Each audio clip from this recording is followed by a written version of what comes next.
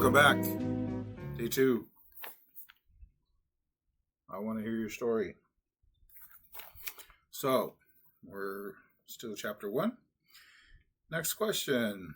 What stories have you been told about the day you were born? I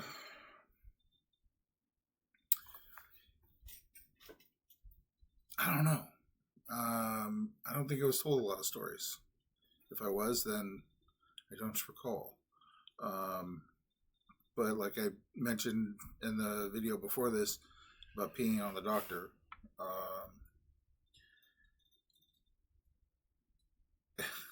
that's kind of where the majority of my recollection of being told of what it was like. I wrote down back in those days the doctor would hold the baby upside down by the legs and spank it on the butt to make it cry for his first breaths. But then when he did that to me, I peed on him. So, I don't know. I don't know if that's exactly how it went down or not, but I just remember from being a child and my parents talking about how I peed on the doctor when I was first born. So, how did your parents describe what you were like when you were a baby? Oh, yeah. See, I don't know. Early childhood, it's brain. I think I was a happy baby. I don't know. I've never really asked about what I was like when I was a baby. It's so weird.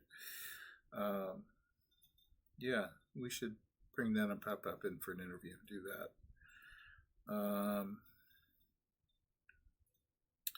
Historical events that occurred around my early childhood. Historical events. Well, I guess there was the gas crisis in the 1970s, in 1979. No, I don't know.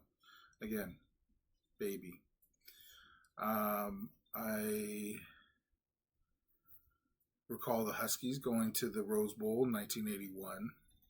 I don't recall it. I mean, it was just something that happened that I am aware of. I guess that was a big deal. First time they were good in a very long time.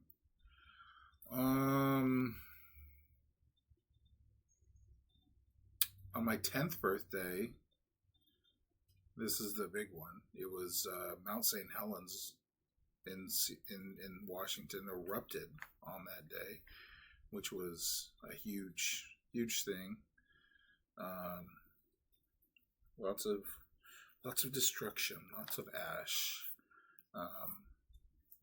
First major volcanic eruption in the United States, I don't know, ever. But yeah, Mount St. Helens erupted on May 18th, 1980. Oh no, so I guess that would have been like my 5th birthday. 5th or 6th. I don't recall.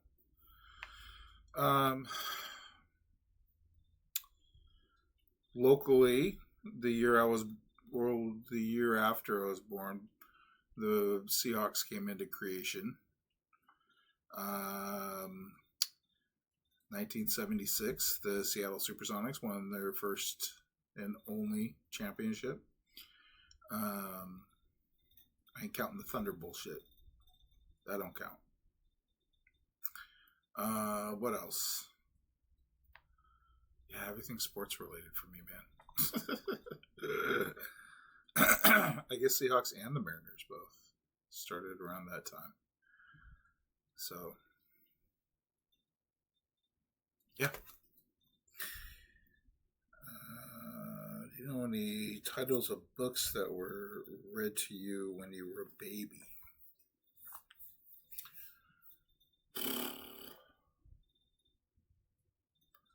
Yeah.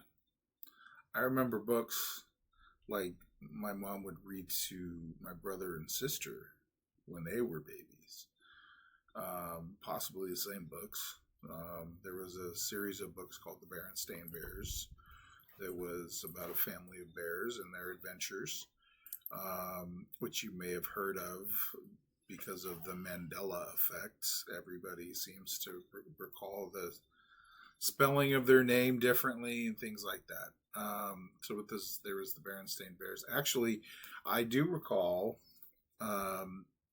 Nana had a book made.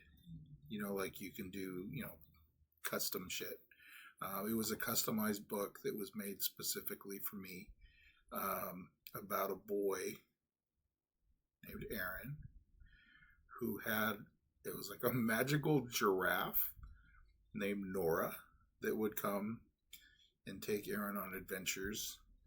And it had my friends in there and my family and all that kind of stuff. But yeah, the name of the giraffe was Nora. Noraa.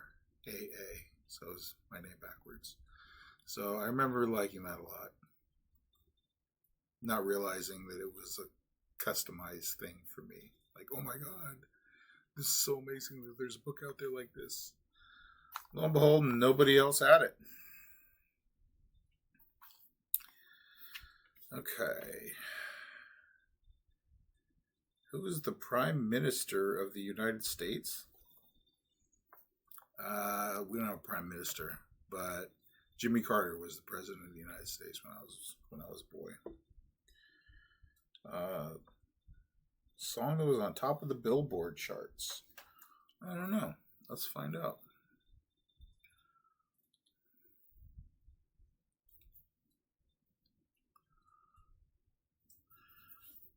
What songs were top of Billboard in 1975? Oh, it's not reading it. The number one song of the year in Billboard Top 100 1975 was Love Will Keep Us Together by Captain and Tennille. Because 75 was a record-breaking year for music, tying 1974 with the most number one hits in a single calendar year, up to 35 unique songs for the top of the charts. Love Will Keep Us Together, Rhinestone Cowboy by Glenn Campbell, Philadelphia Freedom by Elton John, Before the Next Teardrop Falls by Freddie Fender, My Eyes Adore You by Frankie Valli, Some Kind of Wonderful by Grand Funk, Shining Star by Earth, Wind and Fire, Fame by David Bowie, Laughter in the Rain by Neil Sedaka, and One of These Nights by the Eagles. Great songs, to be honest. I had no idea. But, yeah, let's play some Captain and Tennille.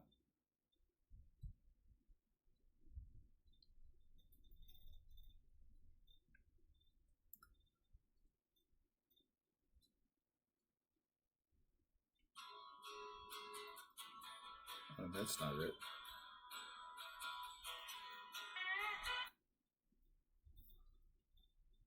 Oh well. No, we're going to do this.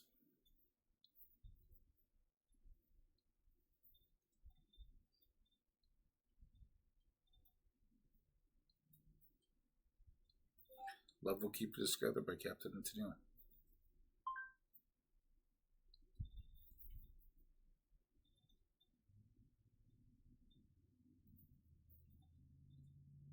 I'm sure you know this.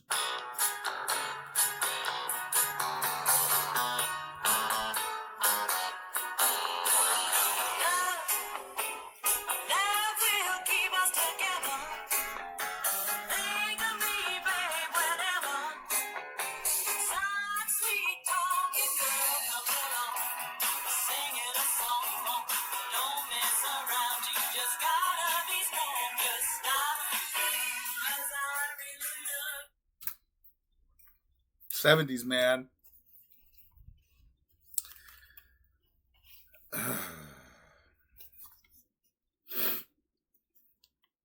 Now it says a bunch of stuff that I have no idea about. It says, what were the most popular television shows?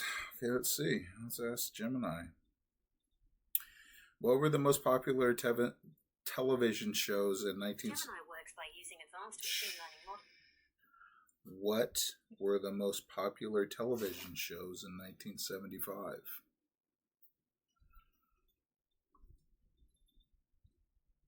The most popular television shows during the 1975-1976 season, according to Nielsen ratings, were All in the Family, CBS, Great show. the #1 show in the country, Rich Man, Poor Man, ABC, Laverne and Shirley, ABC, Used to watch repeats. Maude, CBS, The Bionic Woman, ABC, Phyllis, CBS, Sanford and Son, NBC, Rhoda, CBS. So there you go. Those are freaking great shows. The ones that I'm familiar with.